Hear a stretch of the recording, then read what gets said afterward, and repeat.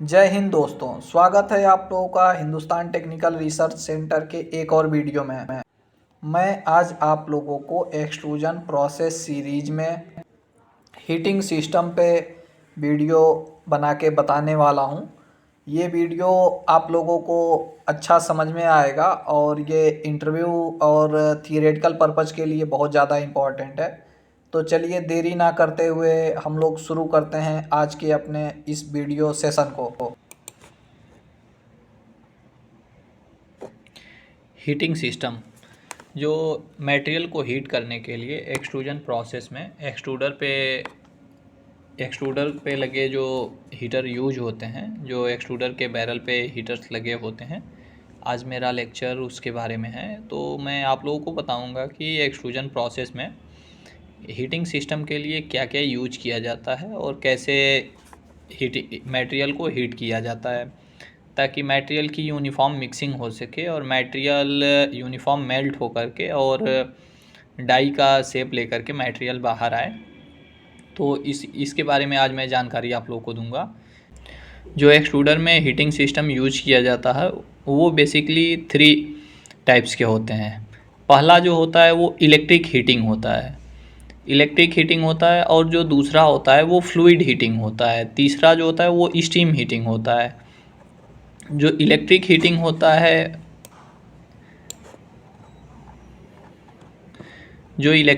होता है वो इलेक्ट्रिक पावर सप्लाई के ज़रिए हीटिंग दिया जाता है, और जो फ्लूइड हीटिंग होता है वो ऑयल के ज़रिए हीट किया जाता है, और जो स्टीम हीटिंग होता है ये वाष्प और भाप के ज़रिए स्टीम हीटिंग दिया जाता है। तो और ये जो इलेक्ट्रिकल हीटिंग जो होता है, यह हीटिंग बेसिकली या तो इंडक्शन हीटर्स के ज़रिए दिया जाता है, या कास्टिन हीटर होता है, या फिर बैंड हीटर होता है। जो बैंड हीटर होता है ये बेसिकली माइका इंसुलेटेड होता है या सिरेमिक इंसुलेटेड होता है। अभी चलिए देखते हैं एक एक करके हम इस हीटिंग सिस्टम के बारे में। पहला जो हम देखेंगे वो स्टीम हीटिंग होगा। स्टीम हीटिंग में हम कैसे देते हैं? The high specific heat and latent heat of the vaporisation of water make it steam and excellent heat transfer medium. जो स्पेसिफिक हीट और लेटेंट हीट होती है वो वाटर को हम वेपोराइज्ड कराते हैं, और उस वाटर के वेपोराइजेशन से वाटर को हीट करते हैं तो वाटर वेपोराइज्ड फॉर्म में कन्वर्ट होता है, जिसमें जो वाष्प बनता है उस वाष्प में स्पेसिफिक हीट और लेटेंट हीट होता है। जैसा कि आप लोग कभी फील किए होंगे कि अगर पानी में उबाल आ रही है और 100 डिग्री टेम्परेचर पे जब पानी खौल रहा है तो आप पानी को डालेंगे, पानी में उंगली डालेंगे तो उसमें आपको जलन कम होगा। और अगर आप भाप से जलते हैं पानी के तो उसमें भाप में आपको ज़्यादा जलन होता है। ऐसा क्यों होता है? कभी आप लोगों ने इसके बारे में सोचा? ऐसा इसलिए होता है क्योंकि जो भाप होता है उस भाप में स्पेसिफिक हीट और लेटेंट हीट दो तरह की हीट होती है। इसके लिए आप भाप से ज़्यादा जलन होती है, और जो पानी होता है उस पानी में सिर्फ स्पेसिफिक हीट होती है। अगर हम इस लेटेंट हीट में क्या होता है, अगर कोई चीज़ अपनी प्रारंभिक अवस्थाओं को चेंज करती है हीट के ज़रिए तो उसमें जो ऊष्मा पाई जाती है उसमें स्पेसिफिक हीट और लेटेंट हीट दोनों हीट होता है। इसके लिए आप लोग भाप से ज़्यादा जलते हैं और उसमें जलन ज़्यादा महसूस होती है आप लोगों को। However, this system is not frequently used। ये सिस्टम स्टीम हीटिंग वाली जो ये सिस्टम होती है ये हम बहुत ज़्यादा नहीं यूज कर सकते हैं अपने एक्सट्रूजन प्रोसेस में हीट करने के लिए, because of low maximum temperature. क्योंकि इसका टेम्परेचर जो होता है वो बहुत कम होता है, ये ज़्यादा नहीं होता है। क्योंकि हमें कमोडिटी मटेरियल्स या फिर प्लास्टिक मटेरियल्स को मेल्ट कराने के लिए एक्सट्रूजन प्रोसेस में जितना टेम्परेचर रिक्वायर्ड होता है वो उतना ये दे नहीं पाता है, क्योंकि इसकी जो मैक्सिमम टेम्परेचर है वो बहुत कम है। दैट कैन बी अचीव्ड और need of working with high temperature piping frequently leak of steam. और जो इसमें पाइप सप्लाई के लिए यूज किया जाता है हीटिंग के लिए, तो वो इसकी हीटिंग बहुत ज़्यादा नहीं होती है, जिसके वजह से लंबे टाइम लंबा टाइम कंज्यूमिंग होता है इसमें, और जब टाइम ज़्यादा कंज्यूम होता है तो जो पाइप होते हैं वो पाइप लीक कर जाते हैं और स्टीम पाइप से बाहर आ जाती है। इसके लिए हम इसको बहुत ज़्यादा यूज़ नहीं कर सकते हैं। Leaks of stream that requires shutting down of heating for repair and corrosion effect। और इस ये क्योंकि ये स्टीम होती है और स्टीम होने से उसमें पाइप में क्या होता है, पाइप में जंग लगने का चांसेस बहुत ज़्यादा होता है और बहुत ही ज़्यादा जंग लगता ही है। तो इन सब इफ़ेक्ट से बचने के लिए हम स्टीम हीटिंग को यूज करना मार्केट में सक्सेस नहीं हुआ। तो आगे हम फिर जब स्टीम सक्सेस नहीं हुआ उसके बाद हम गए फ्लूइड हीटिंग पे। फ्लूइड हीटिंग में हम लोग क्या करते हैं कि जो कोई भी तरल पदार्थ होता है उस तरल पदार्थ को हम हीट करते हैं और उसके हीटिंग से जो हीट पैदा होता है वो हम मटेरियल को ट्रांसफ़र करते हैं, जिसके ज़रिए हम मटेरियल को मेल्ट करने के लिए ट्राई करते हैं। The heating fluid that is most commonly used in extruder oil. जो फ्लूइड यूज किया जाता है हीटिंग के लिए एक्सट्रूडर में, वो क्या होता है, वो ऑयल होता है। जो ऑयल एक तरल पदार्थ होता है, लिक्विड होता है, ये ऑयल को हम यूज करते हैं। आगे हम ऑयल की प्रॉपर्टी के बारे में बताएंगे कि ऑयल कैसा होना चाहिए। It may be heated bye suitable means, इसको एक ऑयल को हीट करने के लिए एक माध्यम चाहिए होता है। बिना माध्यम का तो ऑयल हीट होगा नहीं, क्योंकि ऑयल को आप रख दीजिए तो ऑयल खुद से थोड़ी हीट होता है, क्योंकि उसके लिए एक माध्यम चाहिए होता है। The heating system consist of heater, जिसके लिए हमें हीटिंग देने के लिए, ऑयल की हीटिंग देने के लिए एक हमें हीटर का यूज करना पड़ता है। और हीटर के साथ हमें क्या चाहिए होता है, एक सर्कुलेटिंग पंप चाहिए होता है और एक सर्जिंग टैंक चाहिए होता है एंड हीट सर्कुलेटिंग पंप चाहिए होता है, टैंक चाहिए होता है और हीट ट्रांसफ़र चैनल चाहिए होता है। जो कि हमें हीट ट्रांसफ़र चैनल क्या होता है, जैसा कि एक तरह का हीट एक्सचेंजर होता है। अगर हम हीट एक्सचेंजर को यूज़ ना करें, अगर हम हीट एक्सचेंजर को यूज़ नहीं करते हैं तो क्या होता है कि अगर मान लीजिए ऑयल लगातार हीट हो रहा है, वो भी एक तरह का तरल पदार्थ है और एक टाइम ऐसा आएगा कि वो मैक्सिमम लेवल तक ऑयल हीट हो जाएगा और ऑयल हीट होने से उसमें आग लगने की संभावनाएं हो जाएंगी। तो इसके लिए हमें हीट एक्सचेंजर यूज करना बहुत ही ज़रूरी होता है। तो हम जो ऑयल के टेम्परेचर को मेंटेन रखता है। अभी ऑयल की प्रॉपर्टी कैसी होनी चाहिए, तो चलिए हम लोग देखते हैं। जो ऑयल होना चाहिए इस सिस्टम में वो इनकम्प्रेसिबल ऑयल होना चाहिए, क्योंकि अगर हमारा ऑयल कंप्रेसिबल है तो वो हीट को लॉस कर देता है। तो जो हमारा ऑयल होना चाहिए, ये बहुत ही कंपलसरी क्वेश्चन होता है कि हमारा ऑयल कैसा यूज होना चाहिए एक्सट्रूजन सिस्टम में, तो वो इनकम्प्रेसिबल ऑयल होता है। बेसिकली हम लोग एनक्लो ग्रेड का ऑयल यूज करते हैं जो कि इनकम्प्रेसिबल ऑयल होता है। और कैसा होना चाहिए, वो सेल्फ लुब्रिकेशन होना चाहिए उसमें, और uniform heating with in short time. इनकी जो हीटिंग होनी चाहिए ये यूनिफॉर्म होनी चाहिए, बहुत ही कम समय में ऑयल को हीट हो जाना चाहिए। तो हम इसके लिए हम स्ट्रीम हीटिंग में नहीं जा करके हम फ्लूइड हीटिंग में आते हैं, और फ्लूइड हीटिंग में जो ये सारे प्रॉपर्टी हमें मिल जाते हैं। अभी चलिए हम लोग देखते हैं फ्लूइड से भी बेस्ट आज की जो हीटिंग सिस्टम होती है, जो आजकल लेटेस्ट मार्केट में बहुत ही ज़्यादा चल रहा है, वो इलेक्ट्रिकल हीटिंग होती है। इलेक्ट्रिकल हीटिंग में बेसिकली जो इलेक्ट्रिकल हीटिंग होते हैं वो हीटर के ज़रिए ये हीटिंग दी जाती है। क्योंकि इलेक्ट्रिकल हीटिंग कैसे देंगे, उसमें हीटर देना होता है, हीटर में कॉइल लगे होते हैं, बहुत सारी सिस्टम है, मैं आगे बताऊंगा आप लोगों को। जो इलेक्ट्रिकल हीटिंग, दो तरह के हीटर यूज किए जाते हैं। पहला जो हीटर होता है वो रेजिस्टेंस हीटर होता है, और जो दूसरा हीटर होता है वो इंडक्शन हीटर होता है। चलिए अभी एक एक करके हम लोग देखते हैं कि रेजिस्टेंस हीटर क्या होता है, इंडक्शन हीटर क्या होता है। अभी देखिए ये फिगर आप लोग देख रहे होंगे, ये इंडक्शन हीटर का फिगर है। जो इंडक्शन हीटर होता है, इन इंडक्शन हीटिंग हीटर में not be touched the pad valve because of this gap we can incorporate cooling system.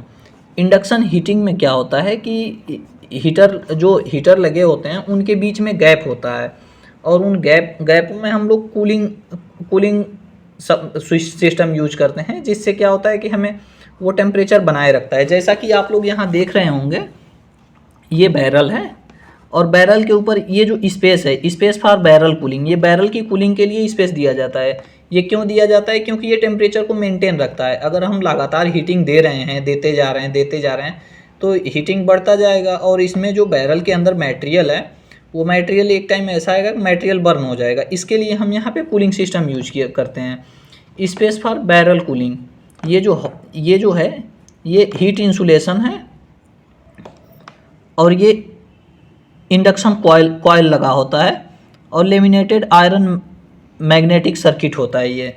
तो आप लोग देखते हैं कि जैसे इसमें ये एडी करंट है, ये एडी करंट यहाँ से पास होते हैं, जिससे क्या होता है कि इसमें प्रिंसिपल में मैं आप लोग को दिखाऊंगा कि ये इसके ऊपर लगे होते हैं और बीच में जब कुछ आता है तो अवरोध पैदा करता है, और जब अवरोध पैदा करता है तो यहाँ पे इसके ज़रिए यहाँ पे हीटिंग हो जाती है, बैरल हीट हो जाता है। उसको मेंटेन करने के लिए इसमें स्पेस दिया जाता है, बैरल और हीटर के बीच में स्पेस होता है और उसी स्पेस में हम कूलिंग सिस्टम यूज करते हैं ताकि कूलिंग सिस्टम अपने जो बैरल का टेम्परेचर है उसको मेंटेन कर सके। अभी इसका प्रिंसिपल क्या है, इंडक्शन हीटर किस प्रिंसिपल पे काम करता है, कैसे काम करता है, इसको चलिए देखते हैं अभी हम लोग। इसमें क्या होता है कि when an AC current passes through the field of coil, जब इसमें हम लोग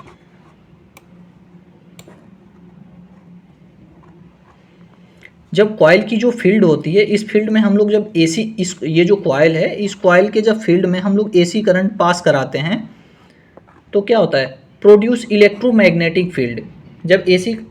जब एसी करंट हम लोग पास कराते हैं तो वो इलेक्ट्रोमैग्नेटिक फील्ड को प्रोड्यूस करता है। When any metal interface with this electromagnetic field it's result into AD current losses. अभी क्या होता है, चलिए फिगर में देखते हैं।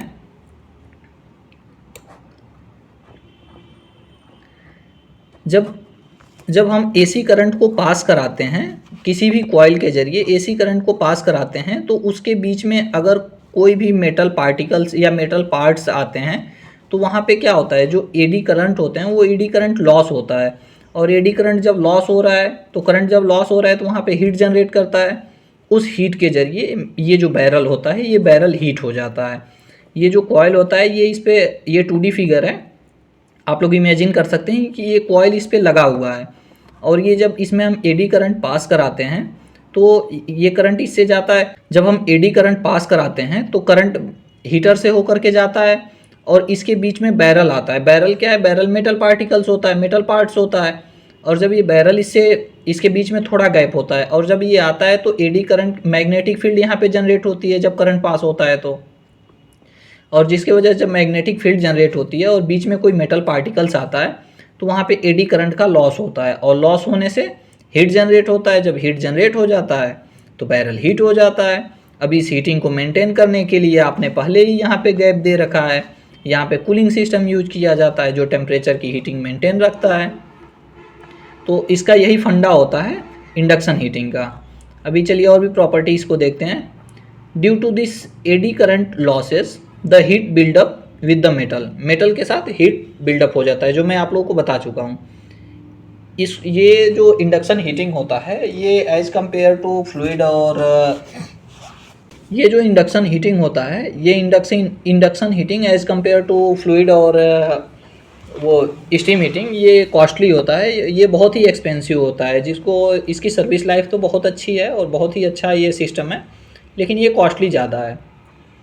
अभी चलिए हम लोग देखते हैं रेजिस्टेंस हीटिंग। रेजिस्टेंस हीटर जो होते हैं ये क्या होता है, ये भी एक तरह के हीटर होते हैं जिनमें रेजिस्टेंस लगे होते हैं। जैसा कि आप लोग जानते होंगे अपने घर में भी जो हीटर यूज करते हैं, पहले के ज़माने में जो हीटर यूज करते थे उसमें ऐसे ऐसे कॉइल बने होते थे। जब इसमें हम करंट पावर सप्लाई देते थे तो ये कॉइल हीट हो जाते थे और कॉइल गर्म होते थे, उसमें रेजिस्टेंस अवरोध पैदा होता था। इस अवरोध के जरिए वो कॉइल हीट हो जाते थे और जब कॉइल हीट होते थे तो उस पर आप लोग कोई पार्ट रखते थे, कोई भी बर्तन रखते थे तो वो हीट हो जाता था, जिससे उसकी हीट ऊपर के साइड ट्रांसफ़र होती थी और बर्तन हीट होकर खाना पक जाता था आप लोगों का। अभी चलिए रेजिस्टेंस हीटर जो होते हैं उसमें एक तरह का जो हीटर होता है वो बैंड हीटर होता है। ये बैंड हीटर क्या होता है, बैंड हीटर का मैं आप लोगों को फिगर नीचे दिखाऊंगा। ये जो बैंड हीटर होता है इट कंसिस्ट ऑफ निकिल, ये निकिल और क्रोमियम का बना होता है। यहाँ पे थोड़ा सा मिस्टेक है, ये क्रोमियम है। It's consist of nickel chromium और अदर रेजिस्टेंस वायर। ये निकिल या क्रोमियम का होता है ये, और निकेल या क्रोमियम का वायर होता है या माइका और सिरेमिक इंसुलेटेड होता है ये जो क्योंकि निकेल और क्रोमियम जो होते हैं वो उष्मा के वो इलेक्ट्रिक के बहुत ही अच्छे सुचालक होते हैं और उसमें इलेक्ट्रिक पावर सप्लाई अच्छे से सप्लाई होती है इलेक्ट्रिसिटी, जिसकी वजह से वो हीट हो जाते हैं। वायर माइका और सिरेमिक इंसुलेटेड, और ये जो निकेल और क्रोमियम के वायर होते हैं ये माइका और सिरेमिक, माइका हो या सिरेमिक मटेरियल से, ये इंसुलेटेड होते हैं यानी कि कवर अप होते हैं। When encased in steel cover, और ये जो पूरी सिस्टम होती है ये पूरी सिस्टम स्टील के कवर से कवर अप होती है। आप लोग देखे होंगे कि बैरल के ऊपर जो बैंड हीटर लगे होते हैं वो हीटर स्टील से कवर अप होते हैं। अगर नहीं देखे हैं तो आप लोग इमेजिन कर सकते हैं कि एक निकेल या क्रोमियम का वायर होता है और उस वायर के ऊपर माइका और सिरेमिक इंसुलेशन लगा होता है। वो इंसुलेशन के ऊपर स्टील का कवर लगा होता है। जैसा कि आप लोग इमेजिन करिए कि कोई ऐसे होल है, इस होल में निकेल और क्रोमियम का वायर है जो रेजिस्टेंस है, इसमें रेजिस्टेंस बना हुआ है, ऐसे राउंड करके रेजिस्टेंस बना होता है उसमें, और इस पे माइका और सिरेमिक की कोटिंग हुई है और इसके ऊपर ये जो पूरी ऐसे बैंड होती है, तो इस बैंड हीटर में ऐसे होता है ये, और जिसमें माइका और सिरेमिक होता है और ये पूरी स्टील के कवर से ये कवर अप होती है। इलेक्ट्रिसिटी क्या होती है आप लोगों को कुछ टर्म्स में मैं बता दूं आप लोगों को। इलेक्ट्रिसिटी क्या होती है? इलेक्ट्रिसिटी फ्लो ऑफ इलेक्ट्रॉन होता है। इलेक्ट्रिसिटी क्या होती है? इलेक्ट्रिसिटी क्या होती है कि फ्लो ऑफ इलेक्ट्रॉन होता है। जैसा कि आप लोगों को पता होगा कि जो मेटल होता है, नॉन मेटल होता है, जिसमें फ्लो ऑफ इलेक्ट्रॉन ये बेसिकली केमिस्ट्री का पार्ट है, जिसमें इलेक्ट्रॉन क्या होता है कि किसी भी मटेरियल में, किसी भी मेटल में जब आउटर सेल में मोस्ट इलेक्ट्रॉन होते हैं और वो इलेक्ट्रॉन को अपने त्यागते हैं, दूसरे को देते हैं, तो वहाँ वो जो इलेक्ट्रॉन फ्लो होता है उसी को लेकर के इलेक्ट्रिसिटी पैदा होती है।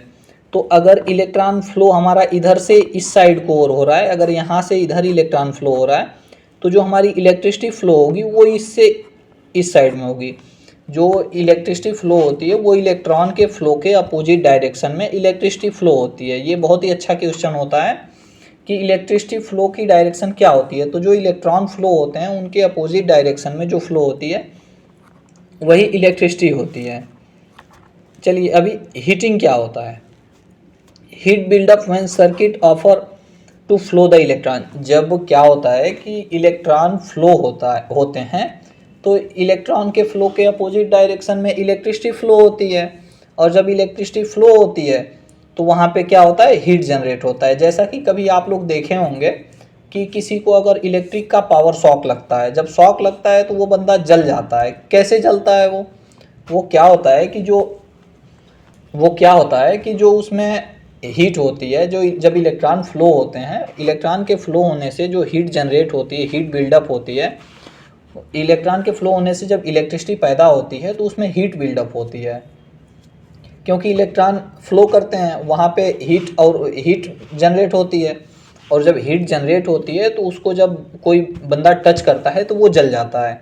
इसके वजह से कभी आप लोग देखिएगा कि आप लोगों को पावर शॉक लगता है तो आप लोगों का हाथ जल जाता है।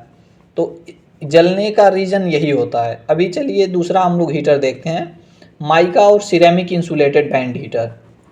जो माइका या सिरेमिक इंसुलेटेड बैंड हीटर होते हैं वो क्या होते हैं? माइका या ceramic will conduct the resistance heat and transfer it to the barrel. Mica और सिरेमिक जो होते हैं ये क्या करते हैं कि ये हीट को जनरेट करते हैं, और वो हीट को जब जनरेट करते हैं तो ये बैरल को ट्रांसफ़र कर देते हैं उस हीट को। अभी माइका और सिरेमिक हीटर में डिफरेंस क्या होता है? For normal condition up to 300 mica destroy lower power while ceramic destroy high power.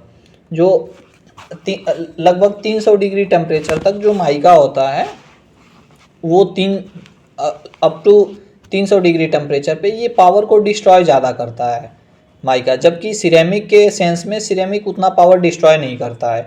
तो इसको अगर हम कंसीडर करें तो फिर हमारा सिरेमिक बेस्ट हो गया। लेकिन इसके भी कुछ अलग भी हैं। Mica have short service life while ceramic have long service life. जो मिका होता है उसके पास सर्विस लाइफ कम है, जबकि सिरेमिक को अगर देखें तो सिरेमिक की सर्विस लाइफ ज़्यादा है। Mica have low cost while ceramic have high expensive. Ceramic है तो सिरेमिक के पास उसकी कॉस्ट ज़्यादा है और मिका का कॉस्ट कम है। जैसा कि इसमें आप लोग देख सकते हैं, ये फिगर में ये मिका है, ये मिका होता है और ये सिरेमिक हीटर होते हैं। ये जो है बोल्ट, यहाँ ये बोल्ट लगा होता है और ये हीटर। ये रफली फिगर मैं आप लोग को दिखाने के लिए बनाया, ये रफली फिगर मैं आप लोग को दिखाने के लिए बनाया, ये रफली फिगर मैं आप लोग को दिखाने के लिए बनाया। जैसा कि आप लोग देख सकते हैं कि ये कॉपर वायर होते हैं और इस कॉपर वायर पे इंसुलेशन लगा होता है। ये मिका होता है, मिका इंसुलेटेड होता है। आप लोग इसमें देखें, ये यहाँ पे ये कॉपर वायर है, निकल गया कॉपर का, मैं आप लोग को बताया था। ये कॉपर वायर हो गए और ये क्या है, ये इसके ऊपर मिका का इंसुलेशन है और सेम बस इसी को हम बैरल पे लगा देते हैं जिसमें हीट जनरेट होती है। तो ये दोनों हीटर मैं आप लोग को दिखाया। अब चलिए जो अगला हीटर होता है उसके बारे में आप लोग को बताता हूँ। अगला हीटर कार्टेज हीटर। ये कार्टेज हीटर जो होता है for twin screw extruder extremely rectangular barrel. ये जो कार्टेज हीटर होता है, क्योंकि बेसिकली आप लोग देखे होंगे जो बैरल आते हैं वो बैरल सिलेंड्रिकल टाइप बैरल होते हैं, लेकिन ये तो है नहीं कि मार्केट में सिर्फ सिलेंड्रिकल टाइप बैरल हैं। तो हमें क्या करना होता है कि सिलेंड्रिकल टाइप बैरल सिर्फ नहीं है, तो इसके लिए अगर रेक्टेंगुलर बैरल है तो उसके लिए हम कार्टेज हीटर यूज करते हैं।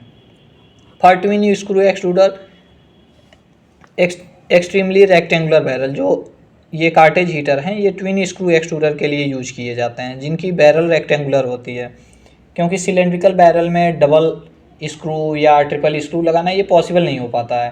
ट्विन स्क्रू एक्सट्रूडर बेसिकली आते हैं, तो इसके लिए हम कार्टेज हीटर को यूज करते हैं हीट करने के लिए।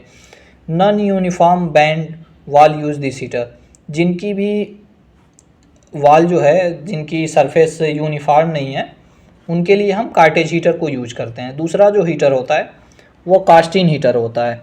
कास्टिन हीटर क्या होता है? Aluminium block. कास्टिन हीटर क्या होता है? Aluminium block and number of heater are casted in between them. Aluminium block में बहुत सारे हीटर्स होते हैं, वो उनमें कास्टिन उसमें रखे होते हैं। For long barrel can not be use because of heater more heater required. अब बहुत ही लंबा अगर बैरल है तो उसके लिए ये सूटेबल मीडियम नहीं हो पाता है, क्योंकि हमें बहुत सारे हीटर यूज करने पड़ जाते हैं। जैसा कि आप लोग इस फिगर में देख सकते हैं, ये बैरल हो गया और ये कास्टिन की स्पेस हो गई, ये एल्यूमिनियम ब्लॉक हो गया। इस एल्यूमिनियम ब्लॉक में कास्टिन इसमें कास्टिन हीटर इसमें डाला जाता है। ये थर्मोकपल हो गया। थर्मोकपल क्या होता है? हीट सेंसिंग डिवाइस होती है। इसके बारे में मैं अलग से आप लोगों को वीडियो बनाऊंगा, अगला वीडियो में भी इसी पे हो। जो भी इंस्ट्रूमेंट यूज किए जाते हैं एक्सट्रूडर में उनके बारे में आप लोगों को मैं बताऊंगा। ये जो इसमें क्या होता है कि हीटर को डाला जाता है और जब इसमें आप हीटर को इंसर्ट कराते हैं तो इनके ज़रिए जब हीटर हीट होता है तो इनके ज़रिए जो एल्यूमिनियम ब्लॉक होते हैं, एल्यूमिनियम ब्लॉक हीट होते हैं, क्योंकि इस हीटर से जो इसमें जब हीटर में पावर सप्लाई देते हैं, करंट लॉस होता है तो वहाँ से हीट जनरेट हो जाता है और जैसे ही हीट जनरेट होता है उस हीटर से हीट ट्रांसफ़र हो जाता है एल्यूमिनियम को, क्योंकि एल्यूमिनियम हीट का बहुत ही अच्छा सुचालक है। जब भी आप लोग कभी देखते होंगे एल्यूमिनियम के कभी किसी बर्तन को आप लोग हीटर पे रखे होंगे और उसको टच करते होंगे तो बहुत तेज़ आप लोग को जलन पैदा होती है। अगर आप दूसरे से कंपेयर करें दूसरे बर्तनों से तो एल्यूमिनियम में ज़्यादा हीट जनरेट होती है, तो जिसके वजह से ये हीट एल्यूमिनियम को ट्रांसफ़र करता है और जैसे ही ये हीट एल्यूमिनियम को ट्रांसफ़र करता है, ये एल्यूमिनियम की जो ब्लॉक लगी होती है ये ब्लॉक बैरल को टच करती है और यहाँ से हीटर बैरल पे ट्रांसफ़र हो जाता है। अभी ये हमें बहुत लंबा, अगर बैरल है हमारा बैरल लंबा है तो इसके लिए हमें कई सारे एल्यूमिनियम ब्लॉक यूज करने पड़ते हैं। जैसा कि इतने शॉर्ट में आप लोग देख सकते हैं कि एक एल्यूमिनियम ब्लॉक यहाँ यूज किया गया, एक में एल्यूमिनियम ब्लॉक यहाँ यूज किया जाता। ऐसे ही बैरल लंबा है तो यहाँ एल्यूमिनियम ब्लॉक आएगा, यहाँ एल्यूमिनियम ब्लॉक आएगा और इन एल्यूमिनियम ब्लॉक में होल होते हैं। इन होल में हमें बैंड हीटर रखना होता है। अब जब हम इसमें बैंड हीटर को होल होते हैं और इन होल में हमें हीटर रखना होता है। तो जब हम हीटर रखते हैं तो इस छोटे से ब्लॉक में 3 हीटर यहाँ लगा दिए हैं, फिर 3 हीटर यहाँ लगा दिए हैं, फिर 2-3 हीटर यहाँ लगा दिए हैं। ऐसे ही करके हमें बहुत सारे हीटर लगाने हो जाते हैं और इनके हर एवरी 2 एल्युमिनियम ब्लॉक के बीच में हमें थर्मोकपल लगाने होते हैं ताकि हमें थर्मोकपल से हीटिंग को सेंस करवा सकें। जो हीट सेंसिंग अगर डिवाइस है ये थर्मोकपल, तो हमें 2 एल्युमिनियम के बीच में 2 एल्युमिनियम ब्लॉक के बीच में जो हीटिंग जनरेट हो रही है उसको सेंस कैसे करेगा। तो ये थर्मोकपल है जो इसको सेंस कर लेता है कि कितना डिग्री टेम्परेचर हीटिंग जनरेट हुआ है। उसके बाद ये डिस्प्ले पे शो करता है कि इतना टेम्परेचर हो गया है। तो इसके लिए ये बहुत सारे ब्लॉक यूज करने पड़ते हैं, तो ये बहुत ही कॉस्टली हो जाता है। तो इसके लिए ये मार्केट में चल नहीं पाता है लंबे टाइम के लिए और ये लंबे बैरल के लिए सूटेबल नहीं होता है। आई होप कि आप लोगों को ये वीडियो समझ में आया होगा जो एक्सट्रूजन प्रोसेस में हीटिंग सिस्टम पे था कि हमें किस तरह से हीटिंग यूज किया जाता है एक्सट्रूजन प्रोसेस में। तो हमारे चैनल पे एक्सट्रूजन प्रोसेस और इंजेक्शन के भी वीडियो चल रहे हैं डिफरेंट प्लेलिस्ट में। और एक बहुत ही अच्छा अनाउंसमेंट है जो मैं आप लोगों को बताना चाहूँगा कि संडे का जो सेशन होता है वो हमारा जॉब अपडेट से सेशन होता है। तो आप लोग वो संडे के सेशन को अगर आप लोग जॉब सर्च कर रहे हैं, क्योंकि डिफरेंट एक्सपीरियंस वाले और फ्रेशर्स के लिए वहाँ पे हम लोग जॉब अपडेट करते हैं। तो अगर आप लोग जॉब के लिए रिक्वायरमेंट है आप लोगों के पास, तो आप लोग उस वीडियो को विजिट कर सकते हैं। और हमारे प्लेलिस्ट में जब आप लोग विजिट करेंगे तो संडे सेशन जॉब अपडेट करके एक प्लेलिस्ट है, उसमें आप लोगों को जॉब मिल जाएगा। आप लोग उस वीडियो को देख करके और वहाँ पे आप लोग अप्लाई कर सकते हैं। हमें बहुत खुशी होगी आप लोगों को अगर जॉब वहाँ से आप लोग को जॉब मिल रही है, आप लोग एलिजिबल हैं और जॉब ले सकते हैं, तो हमें बहुत खुशी मिलेगी। आप लोग और भी चैनल पे हमारे वीडियो आते जा रहे हैं। अगर किसी पर्टिकुलर प्लास्टिक फील्ड में किसी भी चीज़ से रिलेटेड आप लोगों को वीडियो चाहिए तो आप लोग कमेंट बॉक्स में कमेंट कर सकते हैं, मैं उस पर आप लोगों को वीडियो बना के दे दूँगा। और ये चीज़ें जो चल रही हैं ये आप लोगों को समझ में आ रही होंगी, जो कि इंटरव्यू में या फिर थियोरेटिकल पर्पज़ के लिए बहुत ही इम्पॉर्टेंट होता है। तो चलिए अभी मिलते हैं दूसरे वीडियो में। धन्यवाद। जय हिंद।